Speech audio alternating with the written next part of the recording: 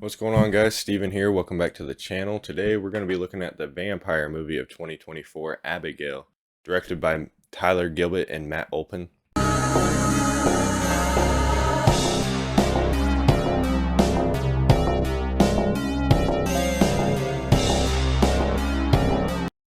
So before I start this review, I want to say rest in peace to Angus Cloud. He was an actor in this movie that sadly passed away like right after the movie was done, right after his filming sessions were done.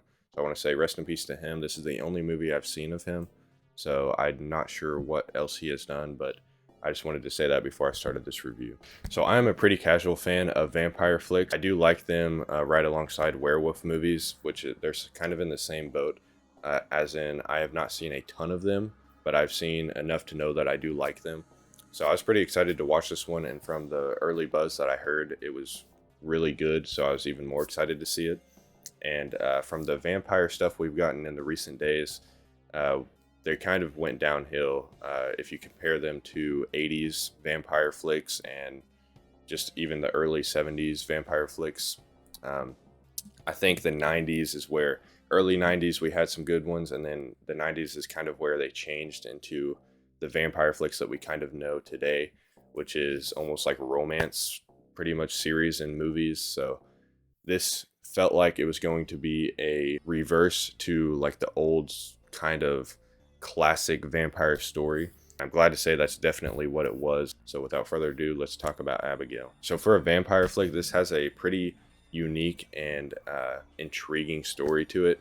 We pretty much have this bigwig that has a daughter and these hired henchmen. Pretty much, it's a group of young adults that pretty much are just criminals for hire. They are hired to go and kidnap this girl and bring her to a mansion. So the beginning of this movie starts out with them raiding this house of this little girl and kidnapping her. So it's a really cool scene, a very intense scene. It pulls you straight into the movie, and it's just a ride from get-go. I mean, even like 15 minutes in this movie, you're like, I thought this was a vampire flick. It feels like a heist movie, just like a heist action movie, but it's very intriguing. And then we get to this mansion, and then they learn that they're supposed to hold this girl for like 24 hours or something like that in this mansion. So it's a pretty cool mansion. I love the set of this movie. It has a very good vibe to it. We quickly learn that the little girl that is named Abigail, played by Alicia Weir, is a vampire, and they have to survive this massacre and find out who's doing all these killings, because they don't find out that it's the little girl right away. It's like a few kills on, and then they figure it out.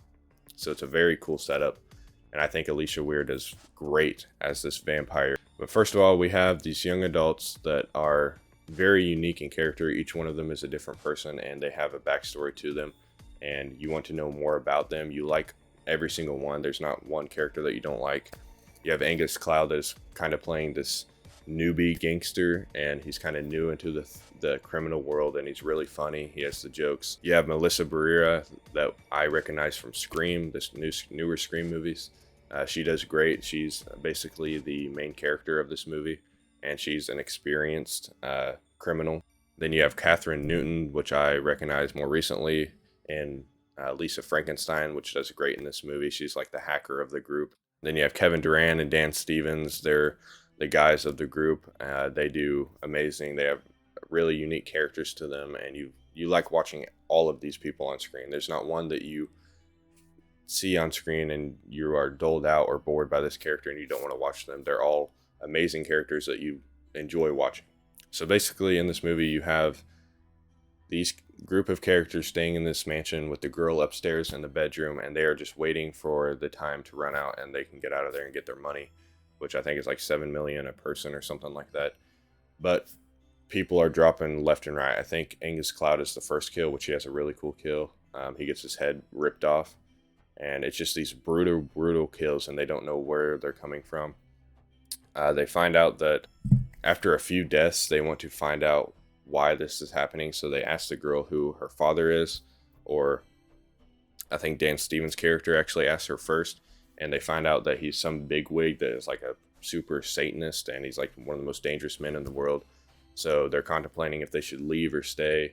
They eventually find out that they can't leave because the doors are barred up.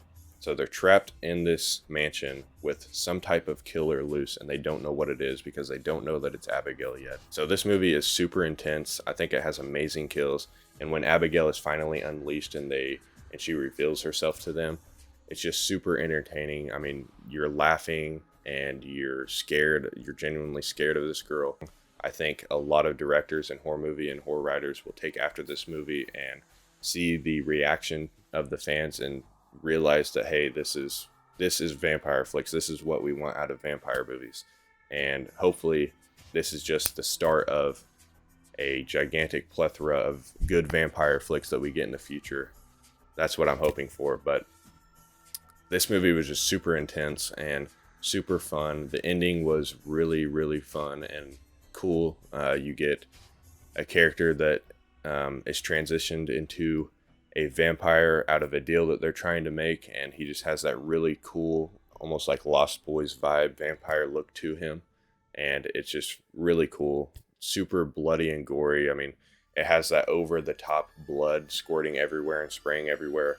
I love how the vampires die in this movie. They just explode, which is really fun.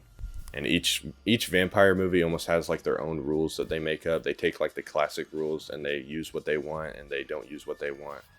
And I think that is really cool. How like the garlic in this movie doesn't work, but the steaks work. The sunlight works. And I like how in this movie the sunlight really, really hurts the vampires. In some movies, it's almost like they get just like burned a little bit and they don't want to stay out too long in the sun. But in this movie, like the sun is petrifying to them and absolutely destroys them immediately. So I really like that aspect.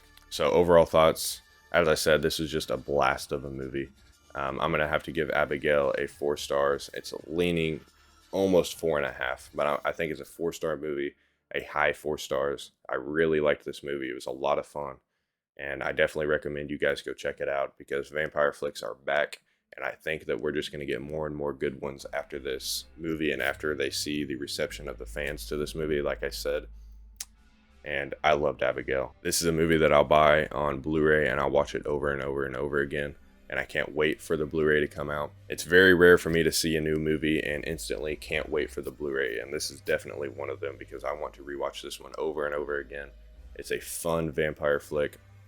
And I think most horror fans will enjoy this one. So let me know what you guys think of Abigail down in the comments. We can have a discussion about it. And let me know how you feel about vampire flicks coming back. Thank you guys for watching this video, and I will see you in the next one.